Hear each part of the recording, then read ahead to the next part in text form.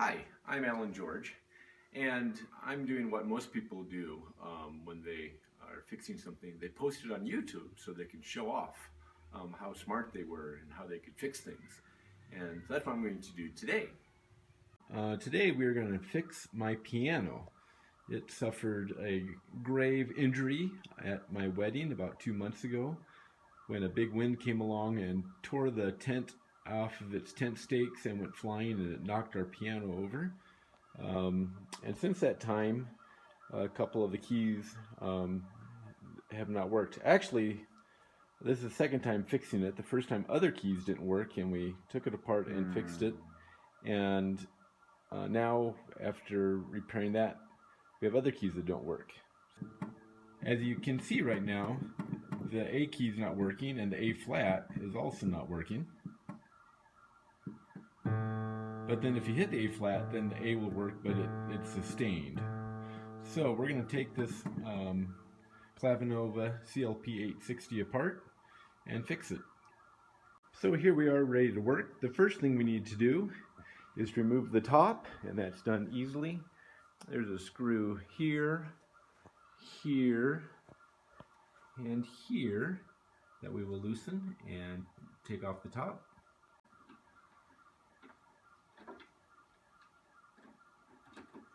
These are nicely machined screws, so they come off very easily. You want to get yourself a magnetized screwdriver to make this job a lot easier. So we'll put down the lid of the paper stand. Now, one thing I've learned is to have a piece of paper to put all the screws on that you can then label with what they are, and I just have this labeled top back screws, and there's 3 of them, so I know where to put them back.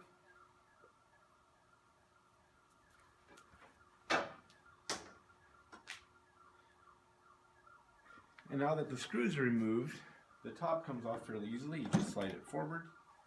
It's not very heavy. Just lift it up and set it aside. Now another thing that you'll want to do is to remove the piano cover. Now in our case, it's really easy because it was broken by the accident at the wedding, and so it just comes right out. But if you're fortunate enough to not have a broken piano cover, you can just remove this screw right here, and on the other side, this screw here, and remove the little plate that allows the roller wheel to come out so you can take it off. I wouldn't advise just having it tipped over and hung up with a bungee cord. Just take it off and get rid of it. Okay, so now we need to remove the control panel here. It's held in by about 6 screws on these brackets, 2 here, 1 here, 1 here, and 2 here. There's also a grounding cord. It's really tight. I'm not sure what they were thinking when they made this one so tight, but you'll want to loosen it first.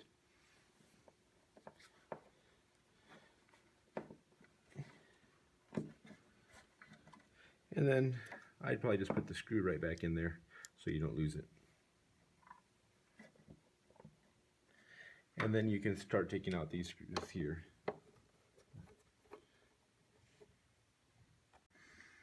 Okay, next we're going to need to take out the button assembly. It's quite easy. There's just one screw. Just loosen this and take it out, and you'll have to just lift it up and then push back a little bit, and then you'll just fold that out of the way so it won't be in your way. And on this side here, I've already taken this one out, but it's the same mechanism. Just undo the screw. This one's easier because there's no wire attached to it. So now that we can see these brass screws, there's actually 9 of these heavier screw bolts, and then 2 pointy ones here in front of each of the speakers. Be really careful you don't touch the speakers or even let the screws escape because they're magnetic, and it might pop that diaphragm right there. And so what we're going to do, we're going to take out these 11 screws actually.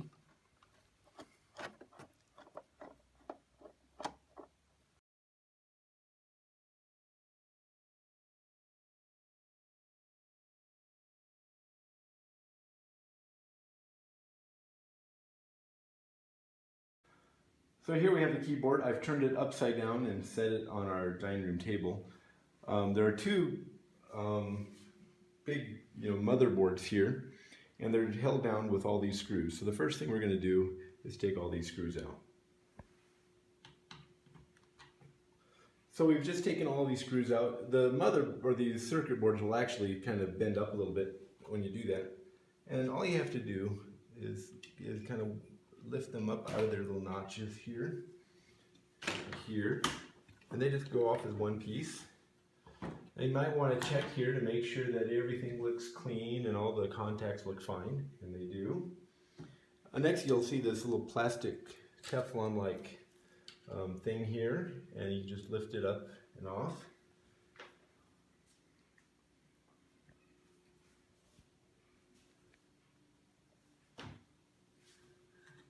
And then you'll see this green strip here. Now, note that the black lines are on the side facing up. They're not on the side facing down. And these were extremely dirty last time we took this piano apart. We cleaned them up, but for whatever reason, things aren't quite working perfectly. So I'm guessing there's probably a little bit of dirt or hair or something in it. And so we'll pull this out and we will clean it up and pull out any debris. Here's some debris here. This could have something to do with why our piano is not working. That little bit there, I'm going to get some tweezers to pull that out. So we've actually found our problem. There's this little chunk of debris here that was exactly in the key that was malfunctioning. We'll just kind of look these keys over a little bit, make sure there's no other ones that have any issues. Okay, so now it's just time to put everything back. You will probably want to wash this off the only reason I'm not right now is we just washed it off a couple days ago when I fixed the initial keys. And remember, the black stripe side will go up, and it's got a little notch that's going to fit in neatly, so make sure you get it in the notch and not in there in any way crooked. I just washed it with a typical kitchen cloth, and the side with the black strip actually I washed with a little bit of alcohol, just plain isopropyl alcohol, and it fits in its little notch here. Well, then there's little pegs that this white thing will fit on. I really have no clue what this thing does, but if it was there before, I'll put it back in. And now we put the chips back in, the circuit boards, and they will actually, there's little tabs that they are going to have to fit under, so you're going to want to make sure you get it underneath those little tabs.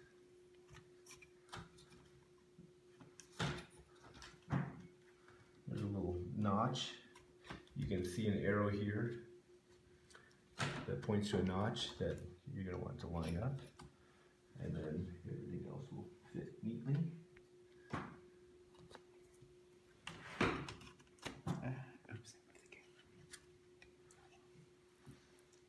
As you might notice, it's kind of sprung out a little bit, and so it's going to take a little force to kind of push it down into its place, but not much. If it takes a lot of force, then you're probably doing something wrong. And get your screws put in. So you can see we've replaced all of the screws, and now we're going to gently carry it back up to our living room where we are working on it. Good. Okay, so now we're ready to put this back in its spot.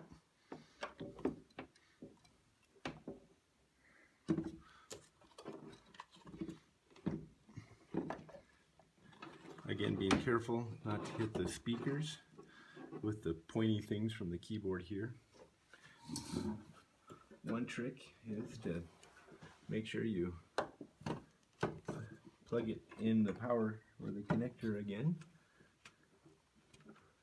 Let me come around this side. So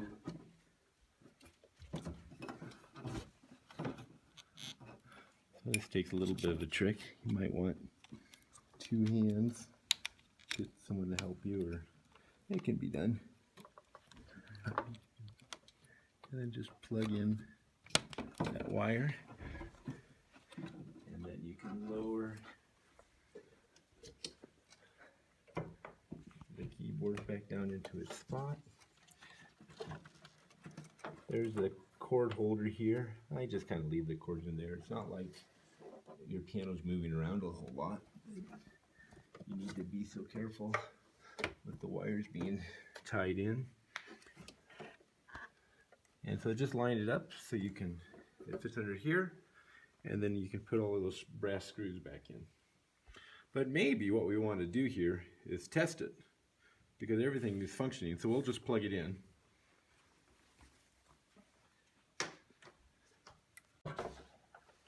Okay, so we're going to test it. That seems to work.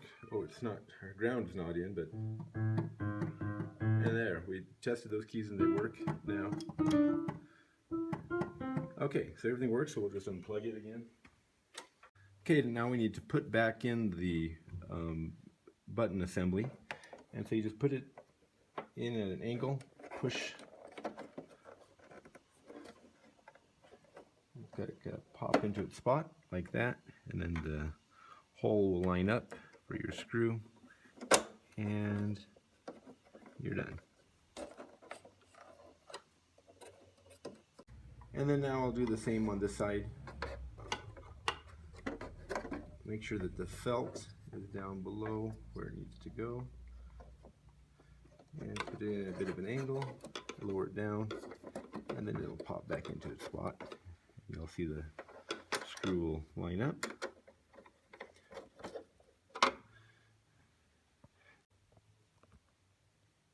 Next we're going to put the control panel back in.